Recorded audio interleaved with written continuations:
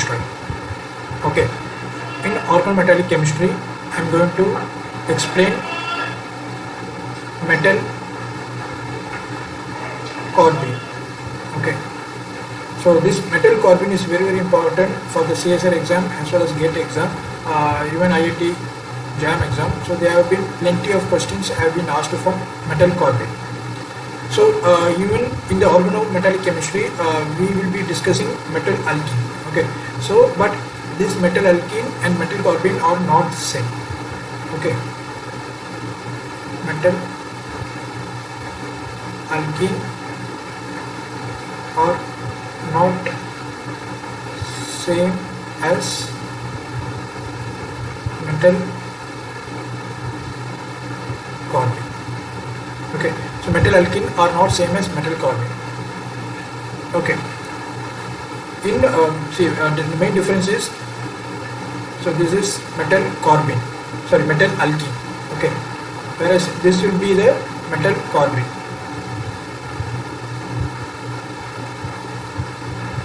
Okay, so these two are not same. Okay, this is metal alkene and this is metal carbene.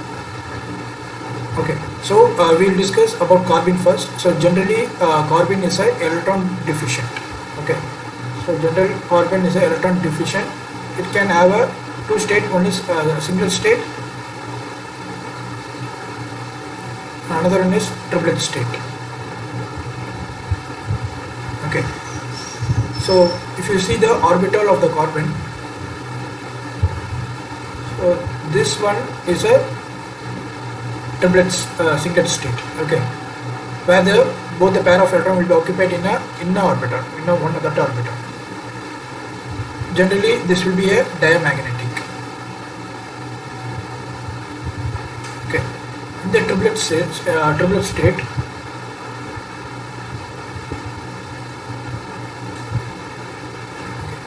in the triplet state,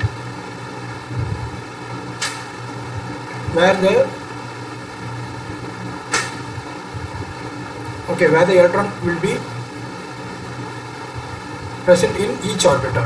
Okay, here both the electron occupied in the same orbital. Here the both two electron will be occupied in the different orbital.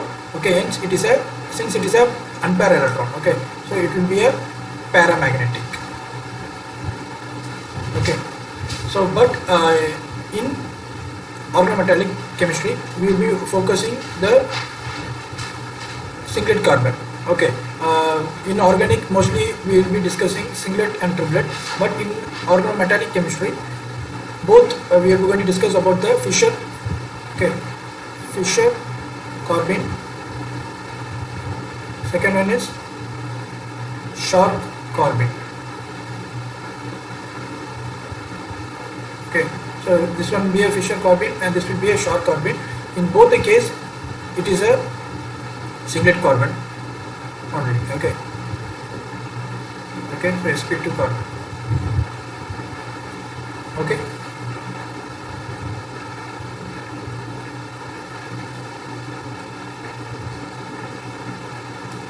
so metal carbene, as I discussed, it can be two type.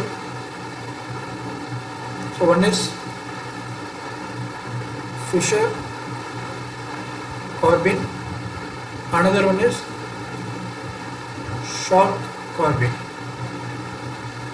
Okay, so in Fischer carbene,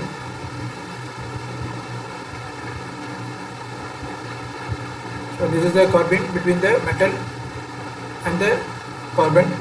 Okay, so I can represent like this. Here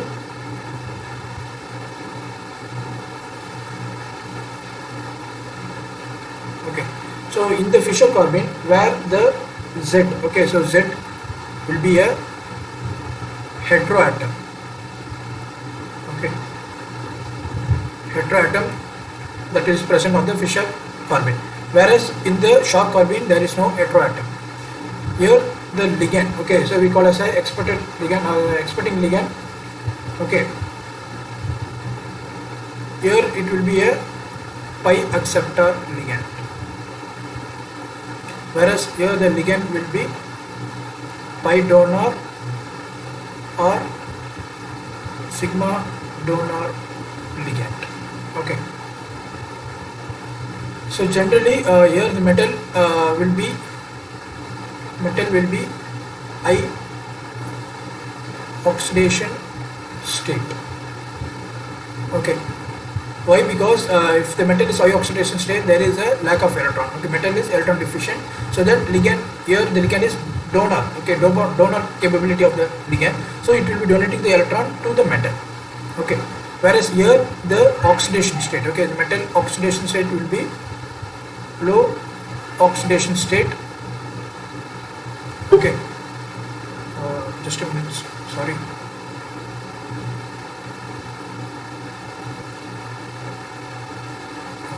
So here the metal will be in the low oxidation state.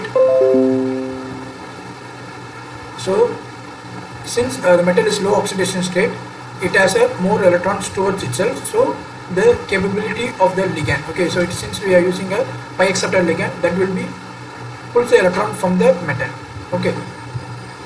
Okay, so this is the main difference between the Fischer carbon and the Schwarz carbon. Now we'll be discussing the chemistry behind the Fischer carbon and the Schwarz carbon.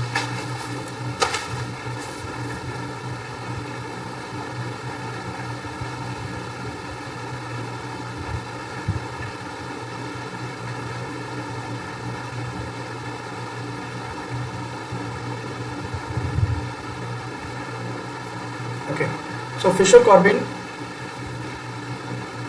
First, we will be discussing the sigma interaction. Okay, sigma interaction. So metal, as I told, Fischer carbon, which has a low oxidation state. So initially the carbon. Okay, carbon. Okay, that is I told you it is a singlet carbon. Okay, here it is not a triplet carbon. Okay, so that will be donating the electron to the empty d orbital. Okay, so once it donates the empty d orbital, it will form a sigma bond. Okay, so between this it will form a sigma bond. Okay, now we'll be discussing about the pi interaction. So pi interaction, generally metal. Okay, so it already the sigma bond is happened. Okay, now metal will have that its own electron. Okay, so that will be donating to the empty p orbital of the carbon. Okay, since we have we will be having a empty p orbital. Since it is a sp2, we are having one unbalanced. Okay, one empty p orbital will be there. So metal will be donating the electron to the p orbital of the carbon. Okay, that forms the, so mostly it will be a empty pz orbital. Okay, since the orbital now in the z axis, z direction, so it will be mostly a pz orbital. Okay, so thus the metal will be donating the electron to the carbon to form a pi bond. Okay, so pi bond, so already a sigma bond is formed.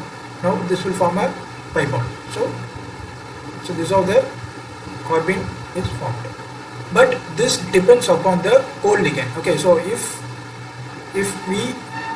the co-ligand is more, since I told you Fischer carbon itself where the co-ligand is a pi acceptor ligand, so that will pulls the electrons from the metal. Okay, so that will pull the electron from the ligand, from the metal, so that metal cannot donate electron to the carbon orbital. Okay, so this point is very, very important. Okay. Okay, so this is about the Fischer and Schwarz carbon. One more thing. So the possible resonance structure. Possible resonance structure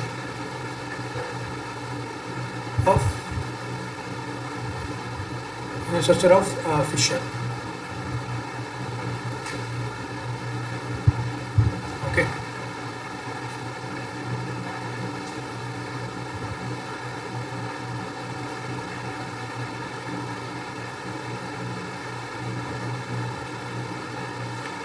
So since I told you the Z will be the heteroatom, so that undergoes delocalization. So now metal gets the more electron. Okay, now metal gets more electron. So if the co-ligand is more, okay, if the co-ligand is like, if you use a co-ligand like cyanide, okay, it's a carbon monoxide, okay, in those cases it will push the electrons towards the ligand, okay. So if it will push the electrons towards the ligand, so that it cannot back donate to the carbene, okay. So this is the possible resonance structure for the Fischer carbene.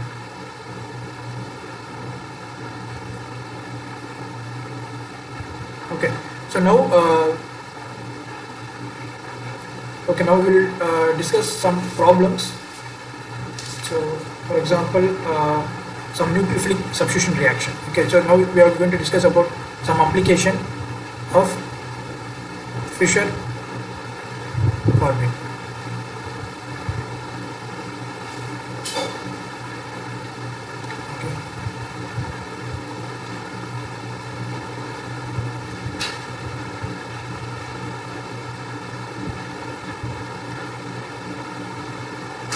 The first example is this one. So here the Fischer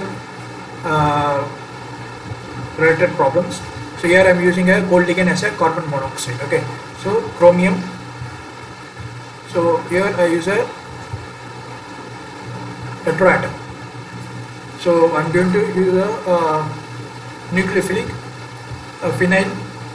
Okay, so that will going to attack the carbon monoxide.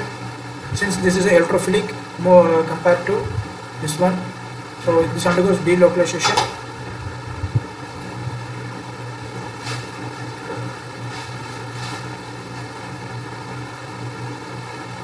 So this will open up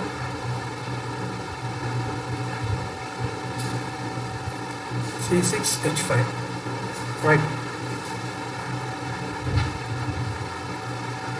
Okay, now this will come back and OMe will go out to form a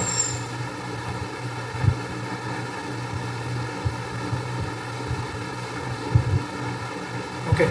So this is the final product. Okay, so this is about the nucleophilic substitution. We have some aldol type reaction also, aldol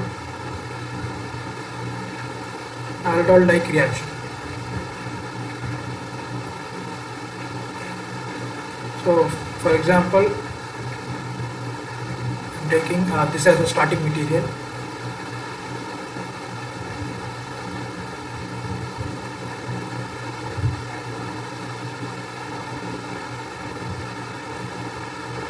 Okay, I'm using a strong base. So this is a strong base. Okay, so in butyl lithium is a strong base.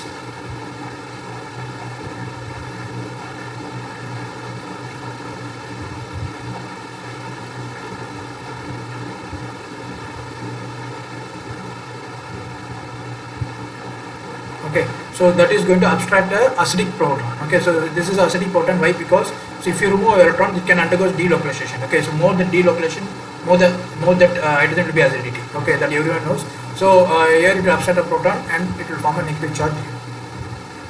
So this will further undergo delocalization now.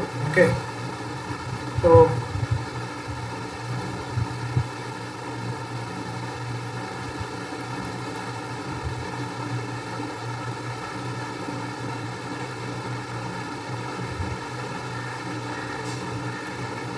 okay, so it will further undergo delocalization now. Okay, so now what happened is the delocalization happened. Now the more the electron will be on the chromium. Okay, so now it can have a nucleophilic attack.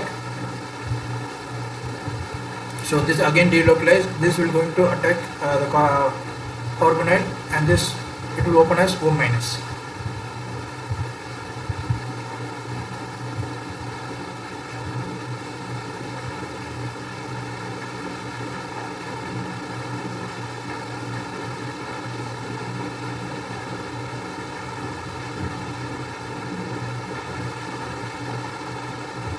Okay, So further, in the presence of acid, so this will protonated to form an alcohol.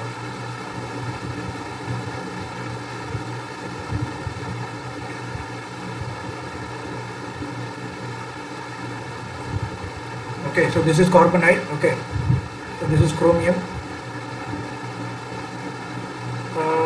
No. Just a minute, I'll write in a separate page.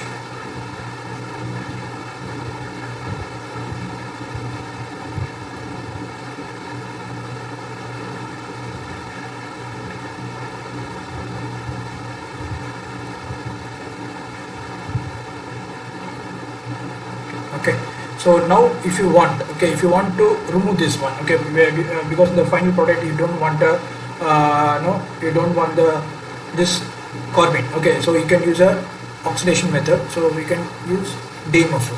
So that will remove this.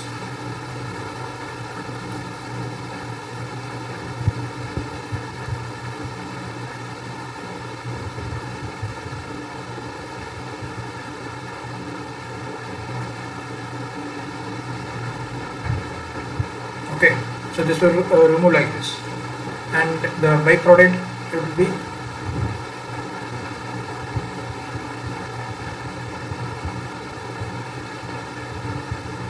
this one. Okay, so this is the byproduct and this is the product. Okay, so you can easily remove the carbon by doing oxidation. Okay, fine. So I'll stop here.